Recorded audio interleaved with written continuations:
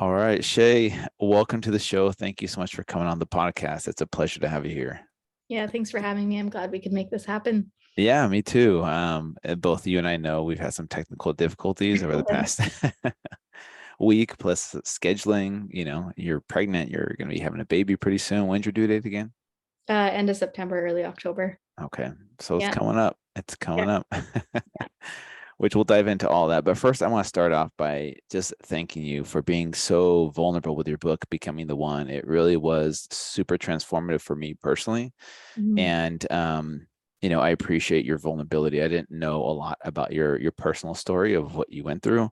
So first of all, thank you for being open and vulnerable. I'm sure that wasn't easy, especially coming from someone who has been vulnerable with my audience as well. It's not easy to talk about traumas from the past, especially when it comes to families and parents. And so maybe we could start there, if you don't mind going into that a little bit, not so deep. If you really want to know her whole story, you guys go read the book Becoming the One. But maybe kind of summarize that and how that affected you as a kid, but then how it played out and manifested in your adult life. Yeah. Well, first, I'm stoked that you read the book. I Yeah. didn't I didn't know that you read the whole book, so that's really cool. Um, and I think a lot of men are reading the book, so that made me really happy to know that Yes. that's happening. Yeah, when I started writing the book, I really wanted to create this balance between sharing my story so that people could see themselves in my story, Hmm. and then also offer a lot of the teachings and the healing rituals and practices that I gathered along the way to get to where I am now. And Hmm. as I talked about in the book, I grew up with a mom who's really struggled with her own trauma and mental illness. So I was in and out of foster homes quite young. I was ward of the government by the time I was 12, dealt with addiction and domestic violence and, just really playing out those patterns that I learned in relationship, which were toxic and chaotic. I didn't really have any template or model for healthy love or communication. I didn't know how to ask for what I wanted. I would ultimately go into a freeze state anytime, vulnerability was required. I just wasn't able to get Hmm. there at all because that just wasn't safe for me growing up. And so that was my history. And that led me into, the classic really unhealthy relationships that we find ourselves in our early years. Hmm. And then, a big blow up relationship in my early 20s, which, was a divorce that sort of catalyzed me to see all of my childhood wounds and all of my traumas that I had never dealt with come to Hmm. the surface. And that's when I realized, oh, this is actually about me and my own work. And I haven't felt any of that pain or that grief.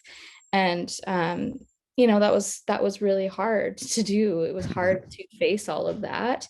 And at the same time, it's the best thing that ever happened to me. It sort of led me into this, deep introspective place where I could meet myself wholly and then really claim who I am, my relationship to self, and then, end up in the life that I'm in today, which is, a really beautiful life. Yeah, and I think it's so interesting to be able to do that, to become self-aware of connecting the dots. And I think, a lot of people go through life without really connecting the dots of like, why are they the way they are as an adult, until you go back and revisit, your childhood and what happened, and the things you went through that shaped you and molded you into a certain way, and for you, it took, a pretty rock bottom moment, I would say, after your divorce to really go through that self-reflection process and figure out, you know, why you are the way you are. And I think a lot of people skip past that. They just don't really do the work to figure that out. They just really just kind of go move forward in a what's the word I'm looking for? They move forward without doing that work, and then they never really connect the dots. And it's kind of like that quote by Anthony DeMello. It says, "What you are aware of, you're in control of, but Mm, what you're not aware of controls you." yeah. And so, what were the tools you used to become self-aware at that point in time in your early 20s, which when maybe most of us really are still trying to figure ourselves out and really don't really understand what the work is? What were some tools you used back then to help build that self-awareness? Yeah, well, it's interesting. You know, what I'm finding now is like the 20-year-olds these days. I'm like, what? They're so we have, we have a wide range of ages in our community, and we have some, younger friends who are in their early 20s now, and they're Yeah. just blowing my mind, right? I'm like, wow, Hmm. people are so in tune. But of course, when we look back at when we were that age, even when everyone was telling us we're mature for our age, I think, well, I was just a total shit show. Yeah. So yeah, I mean, when I hit that rock bottom place for me, I kind of did everything. So one of the Yeah. things that I went into, and that quote that you just shared with me, it actually reminds me of a Carl Jung quote, right? Like it's very much shadow work oriented, talking about how whatever we suppress actually just kind of drives our life. Hmm. So I started doing transpersonal therapy with the spiritual teacher and doing a lot of, sort of like shadow work, going in Hmm. and really going into the core of my own messiness and my own patterns, the ways that I was really responsible for sabotaging my chances at love, the ways that I was keeping love at a distance, the ways that I was just not being vulnerable, and also doing a lot of mother wound work. Ultimately, my mom and I, that was one of my deepest wounds, is that relationship. So having to heal that, because that's Hmm. where all of Yeah. my pain was being projected in relationship. And when I look back at that relationship that woke me up, I could see how both of us were actually projecting our mother wounds onto each other. Hmm. And then I also did a lot of ceremony. I sat with a lot of plant medicines Hmm. and did a lot of that kind of work, a lot of ritual. And I created processes too that ended up in my program, Becoming the One, that was a program before it's a book. So that's available. You get to go through the video modules and all of the lessons that I've created. And part of that was getting clear on my values. Like, what do I Hmm. actually value in life? And what am I valuing when I choose a partner?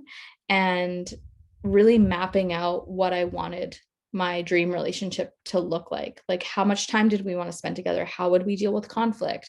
What Hmm. were our traits? Like, what did we have in common?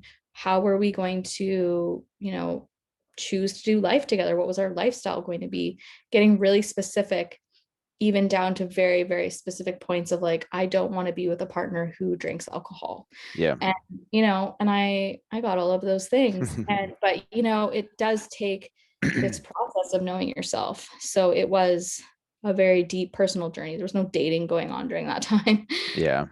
Yeah, Yeah. no, I'm glad you shared that. And I'm going to come back to the alcohol thing a little bit later. I want to back up a little bit to this whole concept of becoming the one. I think it's so different than what we're fed or taught in society. Where did that kind of start coming up in your life of like, oh, we have it backwards. We're looking for the one to save us, to fix us, to heal us, right? Where did this idea of you becoming the one first come about? And then, like you said, you meant you created a course around it before it was a book. So where did that idea first come from? Well, a lot of that is rooted in Course in Miracles. It's rooted in a lot of spiritual teachings. If you really Hmm. look at the essence of them, they're really about claiming our wholeness, right?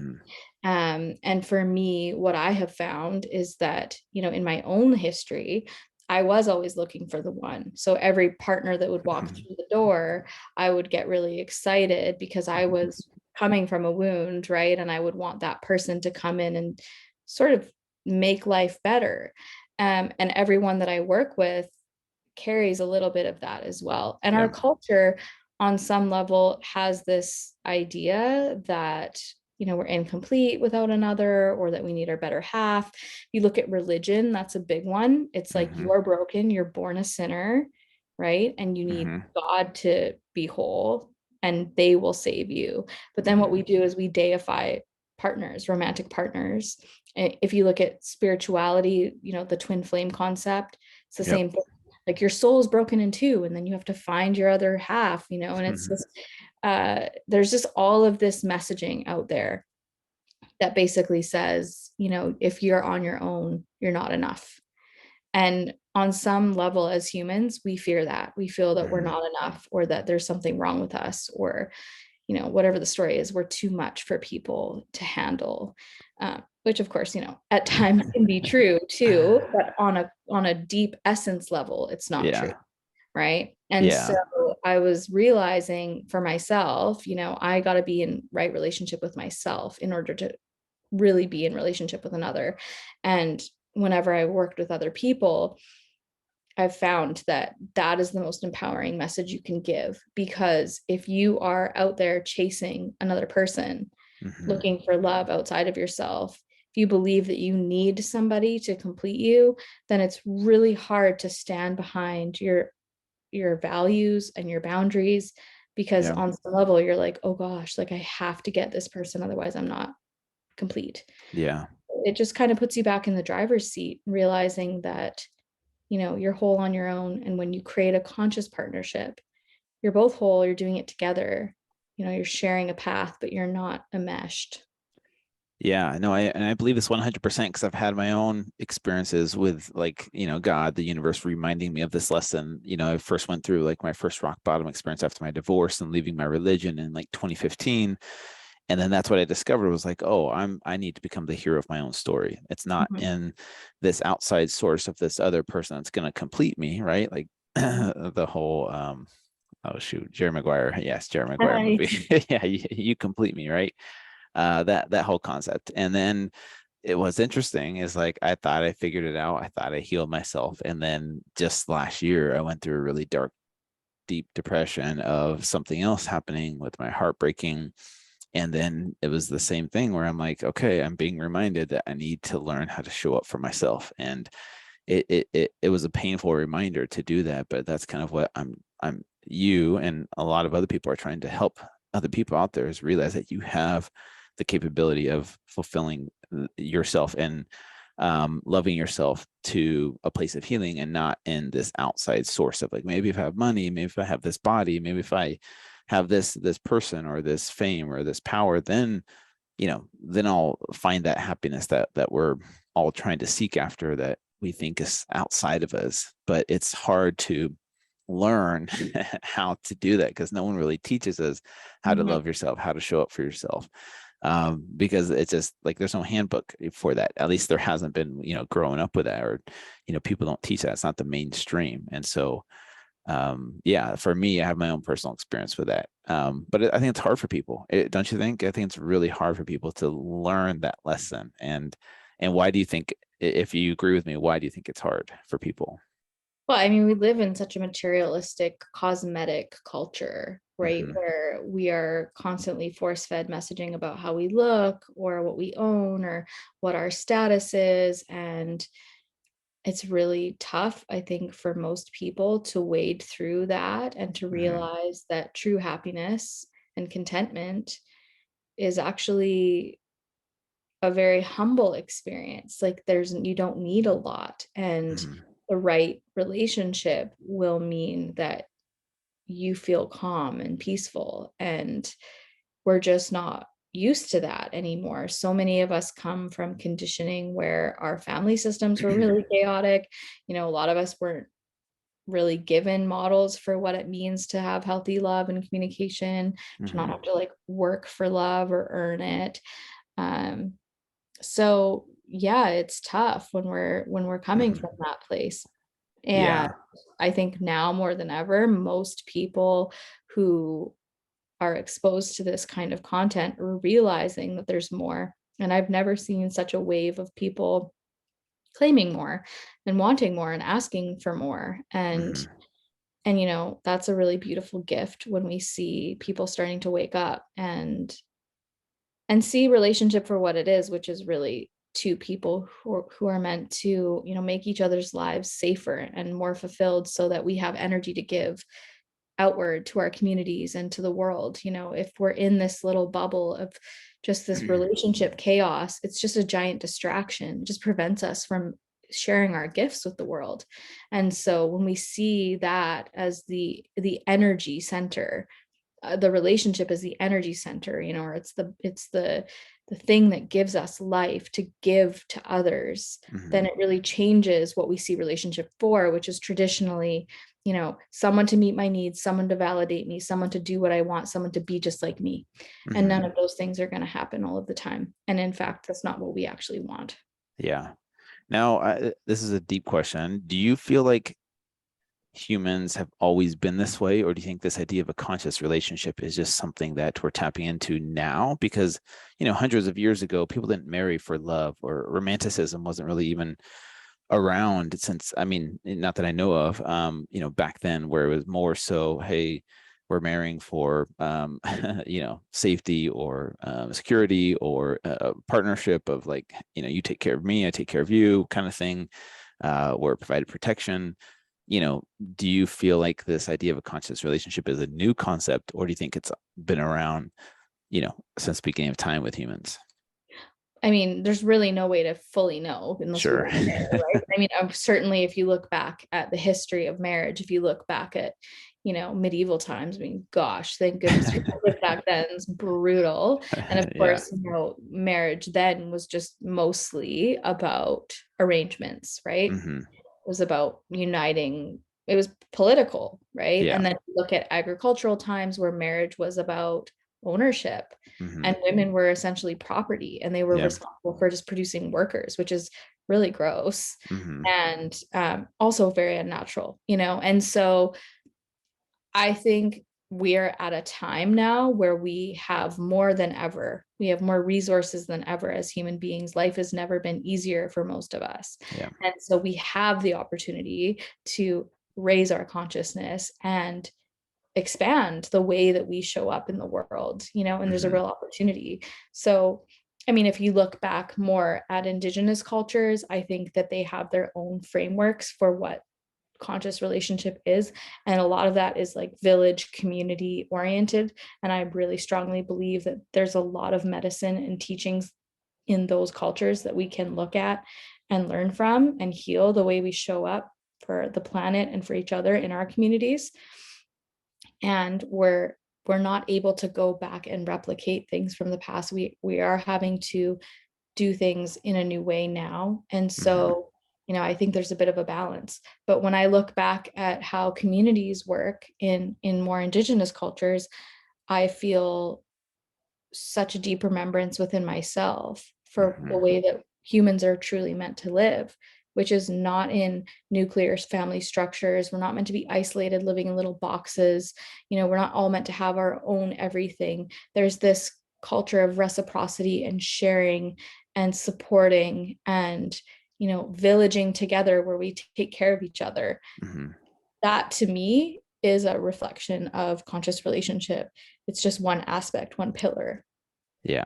Yeah, I know. I agree with that. And it's interesting, like, and that was kind of my next question is do you feel like everyone can reach this level of a conscious relationship? Like, let's say someone's been married for 40, 50 years, they're Mhm. setting their patterns, they're from a different era, is it something that is achievable nowadays for everyone? Like, let's say that, like, someone wants a conscious relationship, but they've been with their partner 40 years, and one person is willing to do the work and the other person isn't. Like, that's got to be a hard decision of, like, okay, do I grow past this relationship and let it go, or do I hold on to it and stay in it because that's what we were taught to do, is, like, sacrifice yourself for this other person. And that's kind of, there's a sense of nobleness, or nobility, I'm not sure what the right word is there, but, like, to sacrifice yourself for this other person because you love that other person. At least that's what the program we've been taught. And so that's another question I have for you, is, like, is it achievable for everyone, in the here and now, or is it something that maybe some people won't be able to experience in this lifetime? Well, nobody's going to experience, and not everybody's going to experience the same thing, and nobody's going to have the same experience in this life, Yeah. right? And Yeah. one thing that I've found to be true is that, if they don't want it, then they're not going to be able to get there. You have to want it. Yeah. And the just hard facts are that there's plenty of people on the planet who have zero interest in that, or it's just not in their karma this life to Yeah. do kind of work. And to touch on your point around the, you've been together for 40 years and all of a sudden you wake up and decide you want a conscious relationship. My response to that is to remember conscious relationship starts with you and your relationship to yourself. Yes. And the ego is the one checking in when you're like, oh, well, I just woke up 10 minutes ago. I'm now better than you. So if you don't do exactly what I'm going to do, this relationship is over. That's the Yeah. ego sneaking in the back door again. You've got plenty of work to do. You've been in this marriage for 40 years and you're just waking up. You could spend the rest of your life just working on your relationship to yourself and how you show up and how you communicate and practice in the relationship that you're in, and you could still grow. You don't have Yeah. to stay, in this, space with where your partner's at. And there, are for sure times where we experience what you're talking about, right? Where, we've been in relationship, we are hitting walls in our partnership that are just not okay. And we continue to practice and we continue to show up the best that we can. And we continue to try and we do everything in our power to shift the pattern. And the partner is just not willing, or they're just not showing up. And eventually the relationship dies. And that's okay too. It's just that we have to be careful that we're not, having these moments of spiritual awakening and then making ourselves better than immediately and then just wanting to exit. I think it's important to really slow down a bit in that process and give ourselves some time to practice, and give partners a chance as well. But ultimately, sometimes the relationship just it shows its it Yeah. shows its destination in the end. I see this with a lot of people, and the most important thing is, can you say that you are proud of how you showed up, and that in the end, you feel like Mhm. you were honest with yourself about what you need, and did you take one step forward? And Yeah. that's all we can do each time. Yeah. I think that's, thank you for saying that. I think it's one of the hardest decisions because I have a lot of friends or couples reach out to me, having been through divorce and being very open and vocal about that. People would tend to reach out to you and like, I think I'm thinking of divorcing. I'm thinking of breaking up. And it's such a hard, because it comes down to, do I, do I try harder, Mhm. or do I give up and move forward? Right. I mean, that's probably not the right words to use in this situation, but it's such a hard decision as a human to decide. Do I stay in it longer, give it more time, try harder, give it my all, maybe another month, maybe another 6 months, maybe another year, maybe another 5 years, whatever it is? Or do I just, you know, cut it off and say, okay, I'm moving forward without Yeah. you? Yeah. And that's such a hard decision to make as a human. Yeah. What's a way that you found that we can know in our heart of hearts, our highest self, like what the right decision is in that situation? Because it's Yeah. hard to give someone that advice, because I, I I can't give that to them. Only they can know, right? Oh, exactly. And I think it's important that we remember too that everybody has their own path and relationship. And you can be looking at a couple and you're like, "Oh, these two are definitely not meant to take it all the way."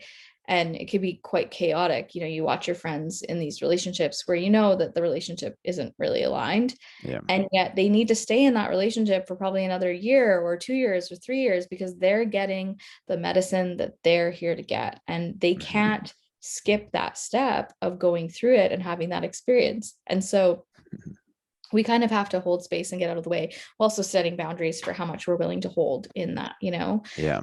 But I mean, it's such a tough one because who knows? Sometimes couples really can go through a ton of chaos and then they can come out the other side. But Mhm. you have to be honest with yourself. Like, do you really want it? Like, do you really want it? And what Mhm. what part of you wants it and why do you want it? And does your Mhm. partner really want it? Because if you're both really committed and you both really, really want it and you love each other, you have the chemistry and the desire and the willingness to go forward, then you'll probably be able to. There's a lot of amazing tools out there and a lot of different practices that can Yep. help you clear the baggage and connect.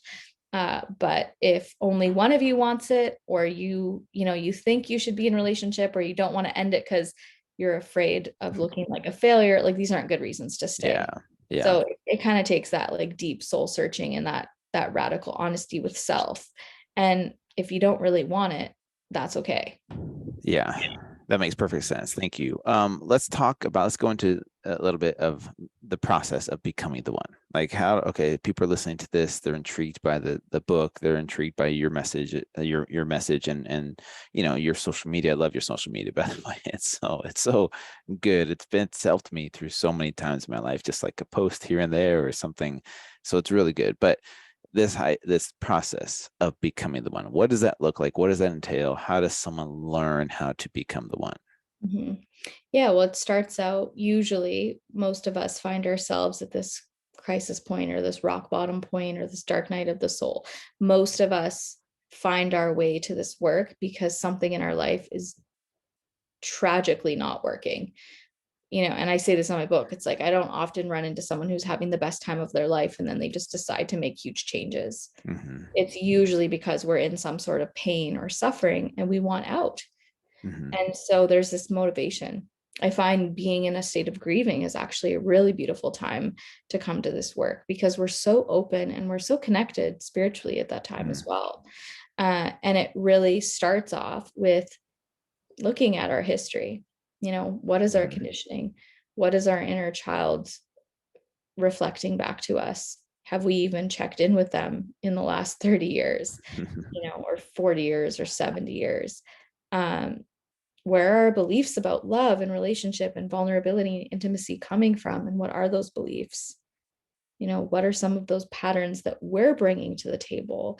And so a lot of it is rooted in family systems work and doing our inner healing, meeting our inner child, retending our emotional center, learning how to express ourselves and how to actually feel and be in our bodies again, because so many of us have retreated and left our bodies and we're totally living from our heads and we have no idea what we feel and we don't value emotions and we're so afraid of ourselves and we don't want to be vulnerable and we don't know how to receive other people's intimacy or vulnerability. And so we're kind of stuck until we work through that. And so it's almost this process of de-armoring, like Mm-hmm. taking off those layers of protection and guarding our hearts and being compassionate and understanding with ourselves and those hurt parts and welcoming them home. And then we can get to the other layers of understanding who, what do we value and what are our boundaries and what do we need and what do we want, and what kind of relationship is it that we're actually looking for. But the start of it is that harder part of going deep within. And a lot of times it can be really scary to get into that because it can bring up so much heartache and so much vulnerability. We might be afraid that we'll never come out of it, or that if we go too deep we won't come back. uh, but it's a liberating experience when you finally unlock all of that emotion and that pain and that fear that's prevented you from just being who you are. It's so true because we've had to build up these walls, this armor to protect us, right, from the challenges or traumas we've experienced that create these parts of us to like, okay, now I've created this part of me to protect myself because of these experiences.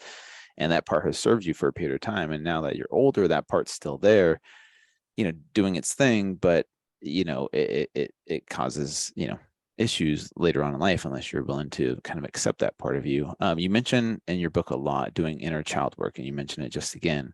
For those that may not know what that is or what that looks like, what does inner child work look like for you, and how do you help people with inner child work? Mhm. We all And have. why is that so important? Sorry. And why is that important? Yeah. Well, I mean, we just sort of touched on it too. It's like that little part of us that is running the show because they haven't ever fully expressed themselves. Yeah. Right? It's that quote that you started with, right? If you, I don't remember how to say the quote, but essentially, What you're aware of, you're in control of that one. yeah. Yeah. So, if your inner child, which is this little you, which is child you, Mm-hmm. that's still present, that didn't get seen, that didn't get heard, that wasn't respected or didn't feel loved or didn't feel cherished, never had a completion or a healing around that, those wounds are carrying themselves into your adult relationships, whether you like to acknowledge it or not. And the part of us that acts out, that sabotages, that pushes love away, it's coming from those old wounds. So when we go back to inner child work, it's not that we're turning ourselves into children, we're actually growing ourselves up. We're giving Mm, ourselves a chance to mature in how we respond and how we show up and how we approach certain situations, and how we value ourselves. Because mhm. what we've seen is that when we're disciplined as children or we're punished for having certain feelings or expressions, we don't demonize the person who's hurting us. We demonize ourselves. So we end up building this story that there's something wrong with us, right? And Mhm. that prevents us from really speaking up, from setting boundaries, from claiming what we want, from having a sense of self. We go into these really codependent dynamics, or we start to think that, we're responsible for other people's emotions. So then we don't know how to hold space.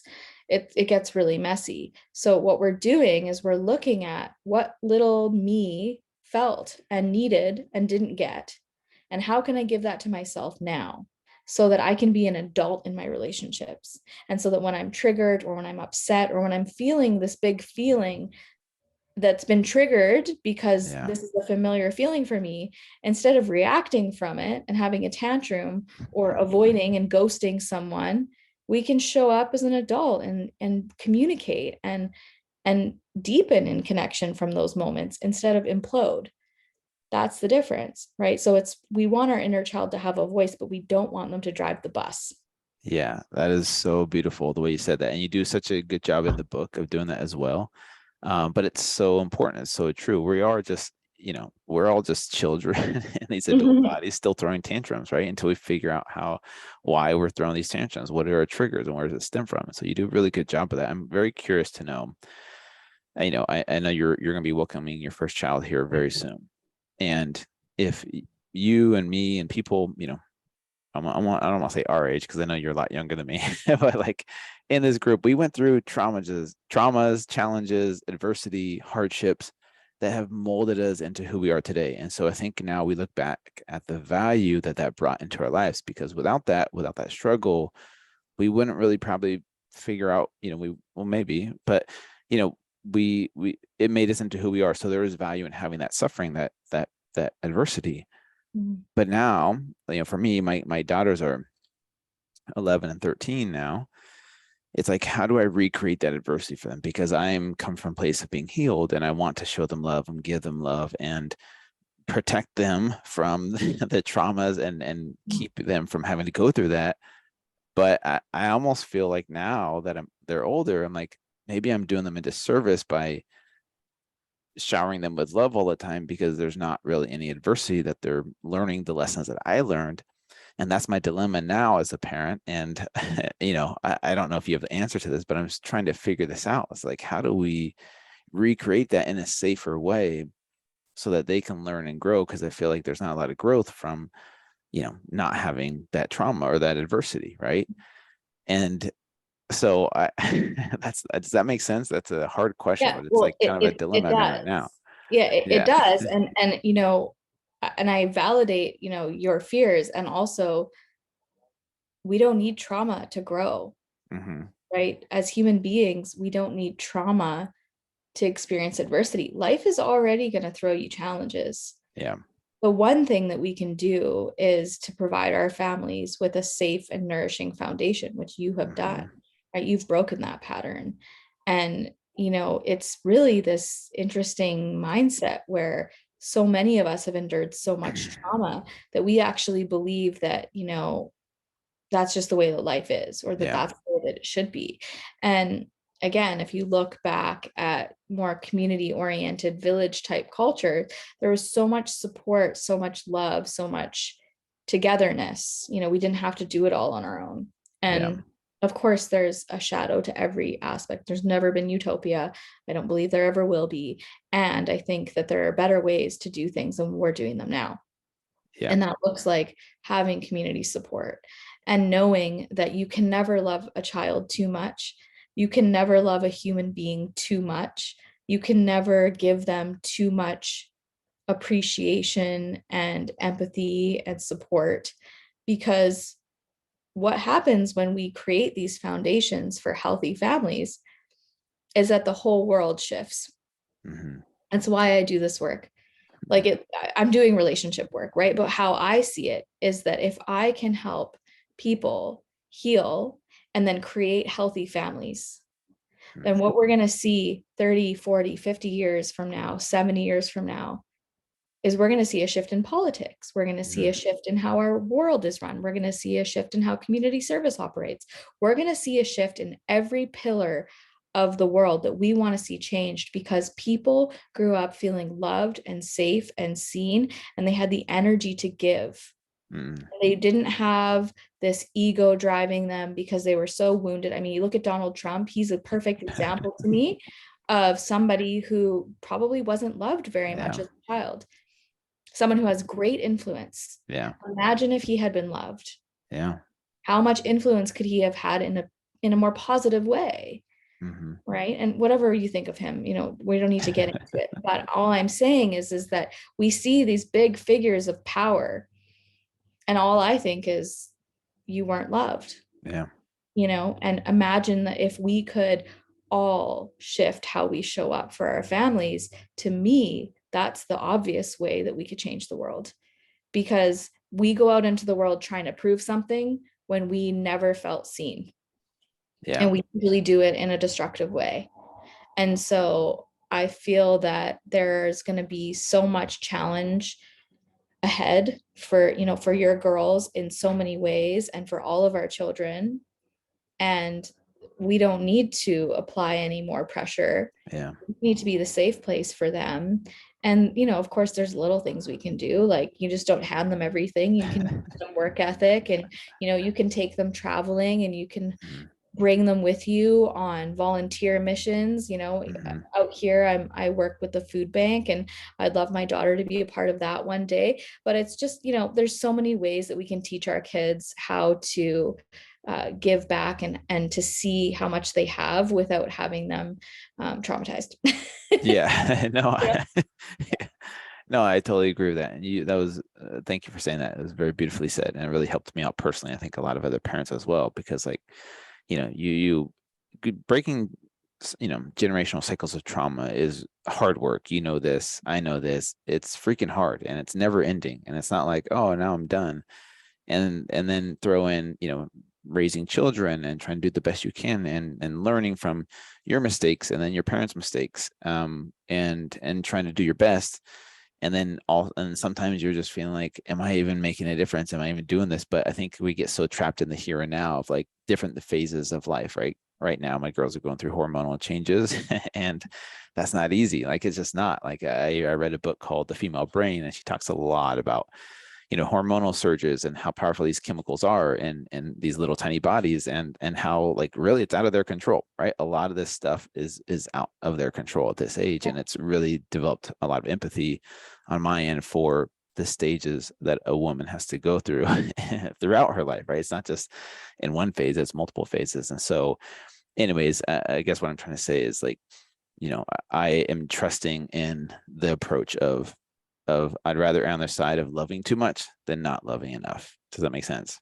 absolutely. Yeah. So I mean, being human is hard work, right? I was talking to my friend about this the other day. It's like you come into this world and you've never known anything other than this like safe, comfortable little womb. And then all of a sudden there's all these smells and lights and sounds. And then you have to go into the world and like figure it out. And none of us come out of this without some heartache and some, yeah. hard experiences. And being human has lots of challenges built in. So, Mhm. we've got that challenge piece covered. And so it's our job to also support and love each other the best we can. Yeah.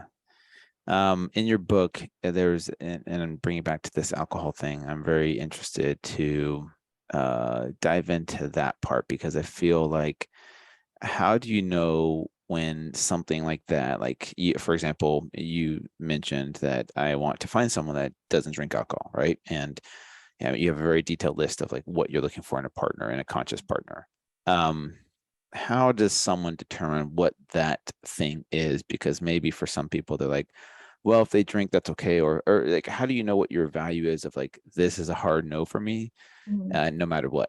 And then if you find this person that meets 99% of all the other things, but you're like, there's this one thing, how do you know when to, stand firm with something like that? Or maybe there's other areas where you're, maybe I could be flexible with this. Like maybe if they don't drink to get drunk, or maybe if they, drink in certain, wedding celebrations or certain situations like that. How does one determine what that type of value is for them and stick with it versus like, hey, you're being too uptight, you're being too, I don't know, over the top. I don't know what the right word is. You know what Yeah. I'm Yeah. Yeah. I have a whole chapter on this in my book, saying? under core values, because it's Yes. a tough one. And I see people go way off the rails with this. And even, there's this show on Netflix right now called Indian Matchmaking. I don't know if you've ever seen it. No. I love watching reality dating shows because it really gets you into the mind of others. And so, the other day I was watching a little bit of one of the episodes, and they're just going through the people's checklists of what they would like in a partner. And, one woman had this just really grand list, and even on it was that she likes to read, so he needs to read. And I Mm, thought, why does he need to read? Like, who cares? I mean, sure, it's wonderful if you can read a book together and you can share in that, but also you could read the book and you could tell him about the book. And that would yeah. be also another interesting connection point where you're offering something that is outside of his territory to the relationship. And so there's these tiers basically when we talk about our values, and there are things that are nice to have, there are things that are non-negotiables, and then there's also these things that we might not have in the relationship that they can bring, or things that we bring that they don't have, that creates polarity and that creates healing or that creates integration for us. So we have to be careful, which is why I take people through such a process before we get to the core values process.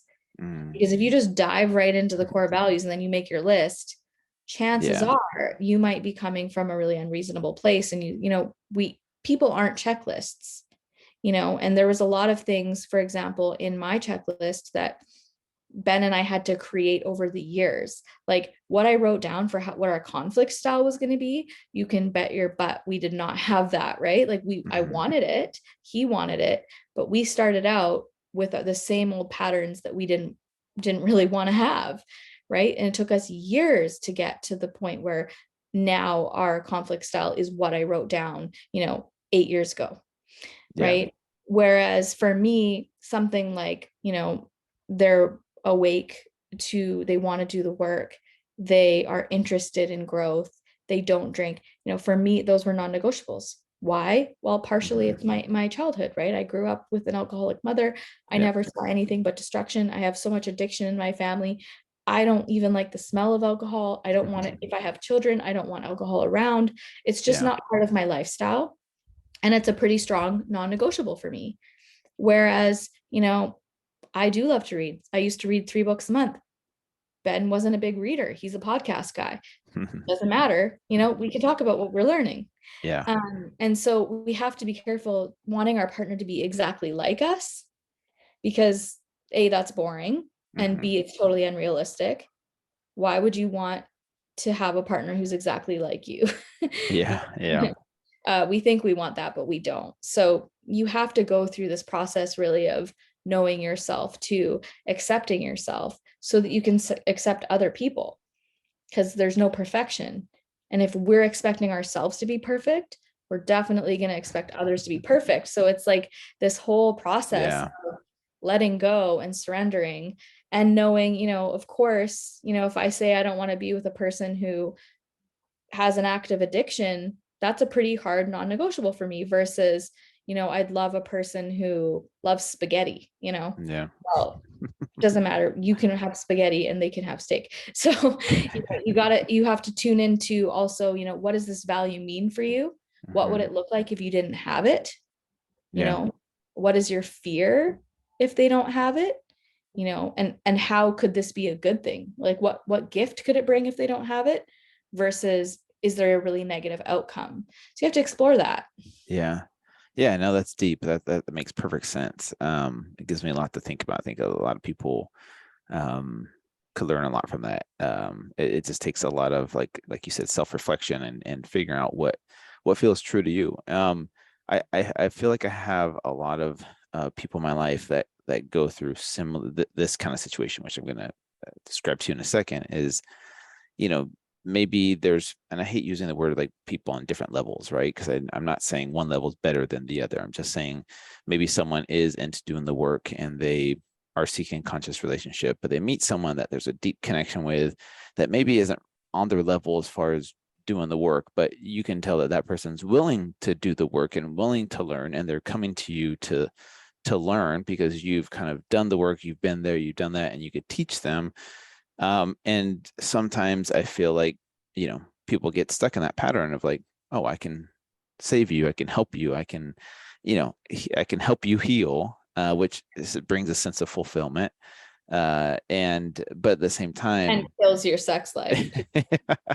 okay, yeah. So maybe dive into that because I feel like that's really hard to know when to say, hey, you're probably not my person because you're not on my level yet, which sounds egotistical. But how do you know? Like, I mean, that's the hard part is like finding someone. And I'm saying this probably because it's coming from myself, and this is why it's hard to ask this question. Is eh, like, and I don't know. Maybe I haven't found someone on my level yet, or maybe I just haven't put myself out there enough. But how does one know to go down the path of maybe being able to help someone? Maybe in a few years they could get there, versus like, hey, I'm seeing their potential, and I can see where they can go with this if they keep putting in the effort, versus like that's a lot of work. I want to find someone that just already knows how to do it. Does that make sense? It does. And I'm gonna touch on a few different things that Okay. you're bringing up here, because Mhm. there's a lot of aspects to what you're saying that I want to Yes. cover. Firstly, we can't be our partner's teachers. We can teach each other things, and we are each Mhm. other's spiritual teachers in the sense that we are reflecting things that we can see ourselves in relationship more clearly if we really tune in with a partner than we can Mhm. on our own, right? Because partnership brings up so much, so we start to see ourselves. It's like an illumination, like, oh gosh, I thought I had fixed that part of myself, and now I Yeah. feel broken again, and it's like we have to work with these aspects of our feeling broken and feeling like, oh well, this is never going to be enough. And you know there's a reason why, my husband runs men's groups. There's men's groups all over the place. Yeah. There's a reason why there's women's groups. There's reasons why there's programs like mine, Becoming the One. There's a reason why there's books. You don't have to do all of that for your partner. They need to take the initiative and go and do that. So if I'm working with a woman who wants her male partner to change, she wants him to grow, my first suggestion is always go join a men's group, Yeah. get support from your guys, and they do this work in those containers.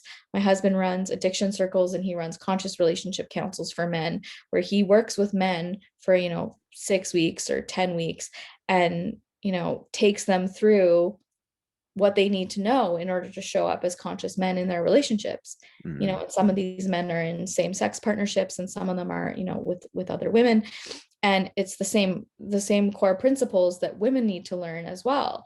It's first, how do you honor yourself, Mhm. right? And sometimes what I've noticed is it's usually the people who are really nitpicking the other person who Yeah. have a lot of the work to do. And so it's a distraction, like looking at this other person and grading them on whether they're at our level. I mean, ask yourself, how destructive is it that they don't have this, understanding of this philosophy? Like, are they showing up in a way that's like a total deal breaker for you? Are they Mhm. presenting tons of red flags? Or do they seem like they're actually pretty well integrated, and they seem to communicate fine? They just don't have the same language as you yet, Yeah. right? There's a Yeah. difference. So it's also determining that, because again, not everybody is going to have the same language. That doesn't necessarily mean that they can't be a great partner. There are Yeah. people in the world who just naturally communicate very well, you know.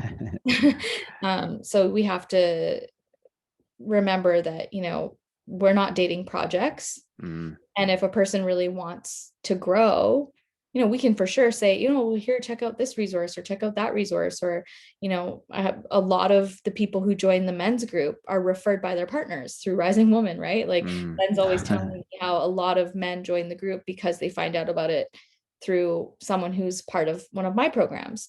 Yeah. That's great. and that's how I think we should be doing it is, okay, well, I believe in you. I love you. I think you have, what it takes. And also I'm not your mom or I'm not your dad. Go on and do the work.